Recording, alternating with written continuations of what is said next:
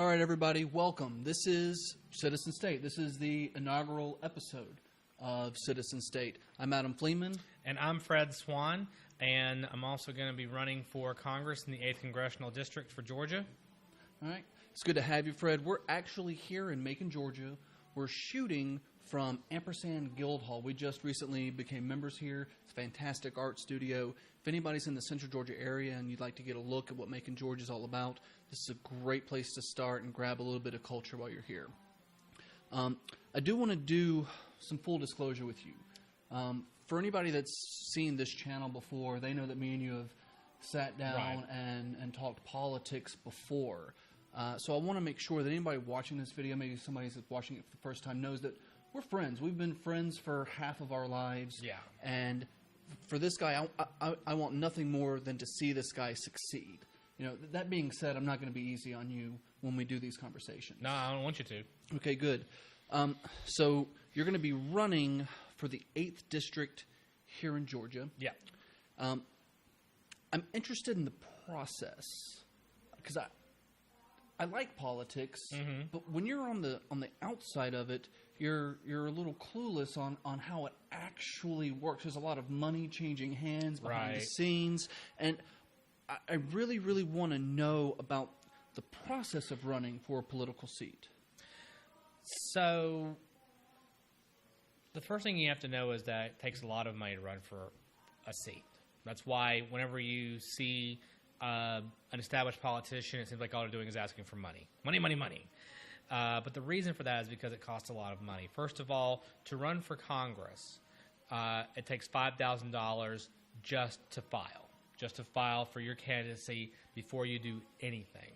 Then, of course, you need money. Campaign finance rules require you to have money for staff, if you have an office or phones. But also, when you're going knocking door to door to tell people about yourself, you know, you need literature. You need a little hand card to put in their hand when you shake their hand and tell them about yourself.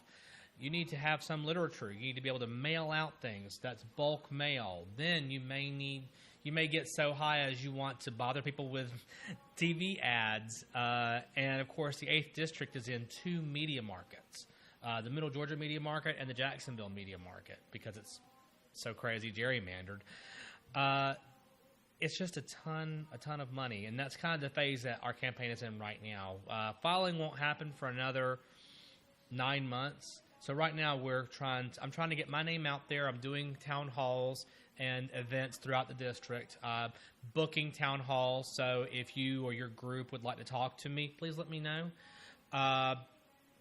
But I'm fundraising right now, big time fundraising, and we're doing this too. And this is so that we can get your name out there a little bit more, because it's important that people know the policies that you want to put forward for Georgia.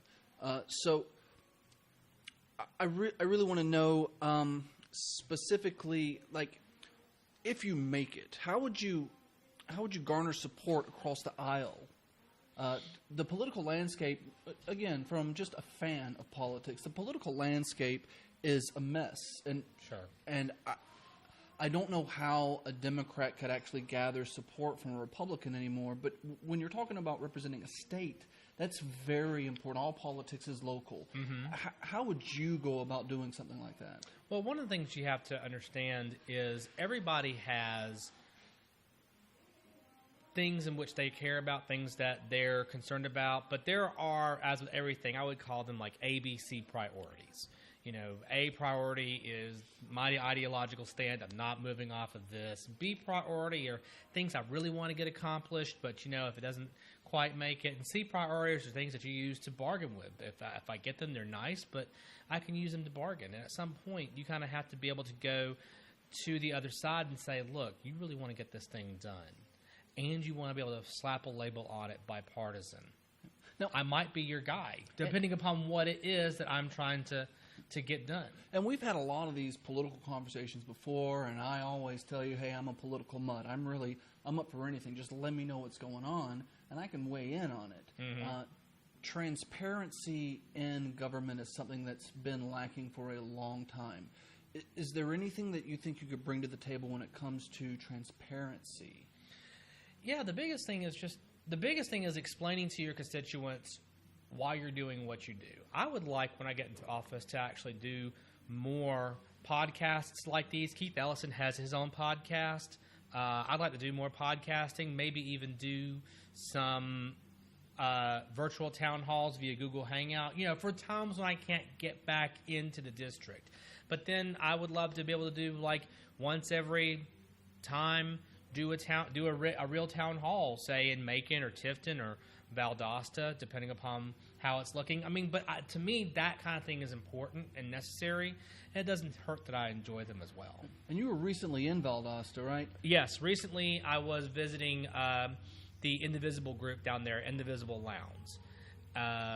And they're actually a fairly new group. And I talked with them for 2 hours, just answering questions on everything from healthcare to education, the economy, living wage, foreign affairs. Well, what's your feeling on their pulse from talking to you? Because that's the first time that you've actually really gotten out and talked to a whole bunch of strangers. I'm going to quote the Lowndes County Democratic chair was there, and I'm going to quote him. He said, when I first walked in, I really didn't think a whole lot of you just looking at you, but you really know your stuff. Yeah. As a guy that's known you for a really long time, that's the perfect impression of you. Right. So all I'm asking is, give me a chance. Come out to a town hall, check out my website, see what I'm all about, because I think that I do share a lot of the values of the district that may not be currently represented. And so you mentioned a little bit about your roadmap. One of the biggest hurdles I see for you is breaking this statistic of non-general elections and polling in Democrats. What's your goals, or what's your plans in pulling in some of these voters that never turn out on non-general elections? What's one of the interesting things about that is that since the election of Donald Trump, it seems like so many people who were somewhat complacent have just sort of woken up.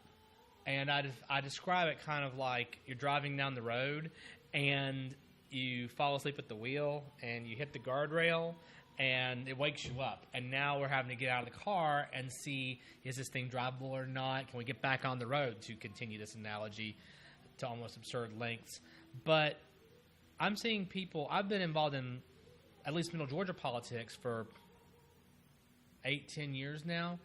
And I'm now, this past year, since January 20th, I am seeing faces I've never seen before. People who are involved and engaged saying, I did not realize this could happen. They really just thought Hillary was going to walk in and take it. Not that a problem. And now they realized, oh, wait, if I want to fight against the president or I want to change what's going on, I actually have to get involved. So you're seeing groups like indivisible groups cropping up in various cities and congressional districts. There's a local group here in Middle Georgia called Georgia Women and Those Who Stand With Us that has developed. I'm trying right now to continue to garner their support. And these are people who may or may not vote in the off years, who may or may not be involved and engaged normally, who I'm now trying to work with and say, okay, what are your real concerns that's driving you out? Now, you mentioned all these different groups, because from an outsider's perspective, as a political mutt, I see lots of division, and it's not just in the Democrats. I don't pile on that. There's lots of division in the Republicans also. Mm-hmm. But one of those divisions inside of the Democratic Party I connect with a little bit. So I got to ask, are you a Justice Democrat?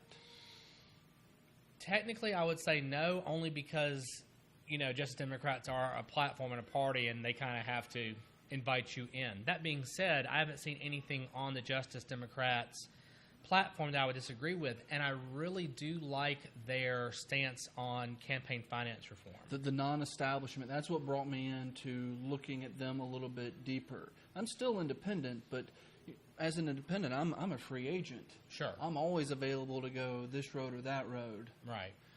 Well, I mean, and the thing about it is, we have, tons of these PACs, super PACs that are around, and it's really hard to get traction outside of that money. So if Justice Democrats, if that platform is able to successfully get a candidate, get them on and get them elected, then I think they'll be able to make some real waves. And in terms of campaign finance reform and maybe trying to move the stick on that some.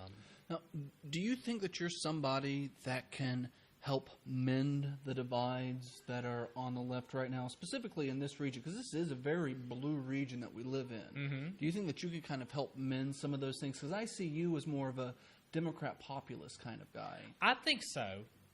Just to give you a little bit of history on myself, during the 2016 election, I actually voted for Bernie Sanders in the primary, but I flipped my support to Hillary. Well, there's no other candidate at when that point. when it was pretty apparent that Bernie wasn't going to make it over the finish line, and in fact, I was a delegate for Clinton at the convention. I'm not somebody who sees a ton of difference between Clinton and Sanders, and I'm definitely not somebody who thinks that she and the President Trump, are the same.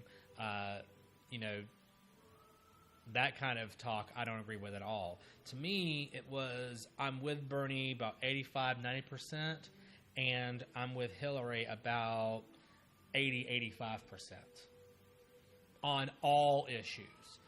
If you're talking about Wall Street reform, then maybe I'm much closer to Bernie than I am to Hillary. That gets into very specific things. Right, but if you're talking about women's reproductive health, if you're talking about the need for a living wage, if you're talking about not being Donald Trump. If you're talking about the need for universal health care and the need to not make a huge tax break for millionaires and billionaires, there's no difference between these two candidates, and that's kind of where I see myself. Do you have any events coming up that somebody who's interested could show up to and Absolutely. hear what you have to say live? What do you have coming up? I'm actually doing a town hall event at Wesleyan College in Macon on May 11th at 6 o'clock in the Taylor Amphitheater. And that's open to the public. That is completely open to the public. I want a disparate array of people because this is going to be a complete Q&A session, just like we're kind of having now, where I will give a couple of minutes introduction and then put it to the floor for questions. I'll have volunteers on the floor with mics ready to take questions, and I want to hear from the people. What are your concerns? What do you like? What do you don't like about what's going on in Washington? What kind of questions do you have for me about my particular stances on issues? And I just plan on answering questions until either they kick us out or people are done asking me questions. That's really what I want. So. All right, and next, how can people reach out to you? Facebook, Twitter, Tumblr, Grindr? Sure, I don't have a Tumblr or a Grindr, but I do. My campaign has a Facebook page, facebook.com/Fred Swan for Congress, one word. You can like that page and follow it to keep up with events, and if you are interested, you can share that with anybody that may be interested. I also have a Twitter. It's @FredSwan. That is my personal Twitter, but I'm using it for the campaign right now. I don't do a lot on Twitter, but if you engage with me, I'll definitely try to hit you back and have a conversation. We also have the comment section. We also have the comment section here. Please let us know what you like, what you don't like, so that we can continue to improve the content and the delivery, because we want this to be a space where you can hear about ongoing issues and both of our opinions on these issues. Crowdfunding. Yes. I have a crowd pack, www.crowdpack.com. Put it right there. /C/Fred Swan for Congress. Please, if you're able to, make a pledge. Those pledges are not collected until I reach my goal, at what point it will be dumped into the account. So it's like you're not even spending money. Or until you do. Yeah. All right. Do you have anything else to add to this? No, I don't. All right. Well, it's been an absolute pleasure having you. And for everybody out there that's watching, this has been Citizen State. We're filming here at Ampersand Guild Hall in Macon, Georgia. Again, come out and have a look at this place. It's absolutely amazing. I'm so appreciative for them inviting us in and giving us a space to do something like this. And we want to do more.